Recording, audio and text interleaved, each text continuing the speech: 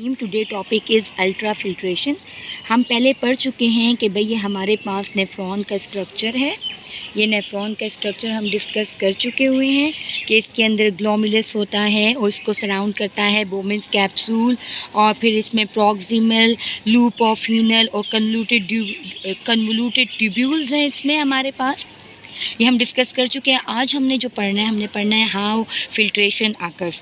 तो सबसे पहले जो ये आप इसको देख लें कि ये एक कप है और कप के अंदर जो है ये ग्लोमेरुलस, यानी ये ग्लोमेरुलस एक स्ट्रक्चर है जो कि कैपिलरीज़ का बना हुआ है। कैपिलरीज़ आपके पास थिन ब्लड वेसल्स हैं, ठीक है। थिन ब्लड वेसल से मुराद ये सिंगल लेयर की बनी हुई है।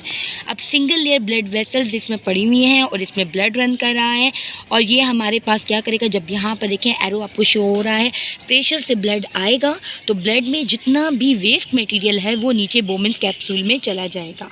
क्वेश्चन इज़ दिस कि कैसे जाएगा। तो हमारे पास आप इसका देखें, इन्होंने ये एरोस शो किए हैं, एरोस शो किए हुए हैं कि भाई इस स्ट्रक्चर को हम रिप्रेजेंट कर रहे हैं कि जब हमारे पास कौन सी मेम्ब्रेन है। तो सबसे पहले कैपिलरी की जो मेम्ब्रेन है उसको हम एंडोथेलियम मेम्ब्रेन कहते हैं। एंडोथेलियम मेम्ब्रेन जो होती है वो डायरेक्ट कांटेक्ट में होती है ब्लड के साथ, और उसमें हमारे पास पोर्स होते हैं, स्मॉल पोर्स मौजूद हैं, सुराखें मौजूद हैं जिससे होल से नीचे मटेरियल जा सकता है। इसके बाद ये फर्स्ट लेयर है, इसके बाद आती है बेसमेंट मेम्ब्रेन। बेसमेंट मेम्ब्रेन जो है वो हमारे पास मेनली फिल्ट्रेट है, ये फ़िल्टर करता है, फिल्ट्रेशन का काम ये करता है, और नीचे फेंकता है बोमेंस कैप्सूल में।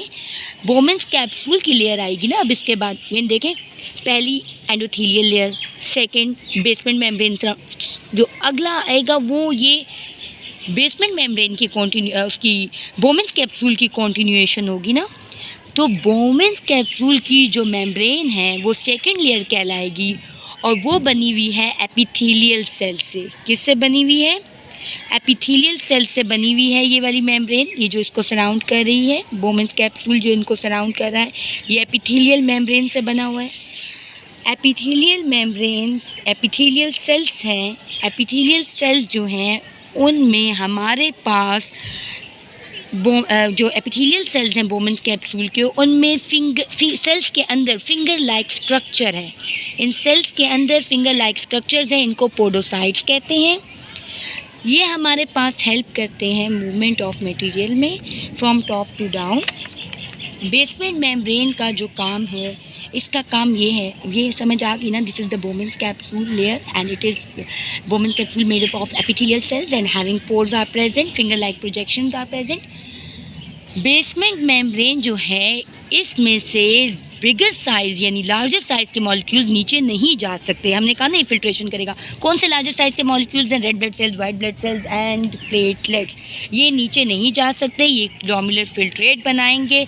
जो चीज़ ग्लोमेरुलर फिल्ट्रेट बनाएगी वो जो होगी वो ये वेस्ट मटेरियल है, water, plasma, amino acid, glucose, urea, uric acid और कैटनीन एंड इनऑर्गेनिक आयंस।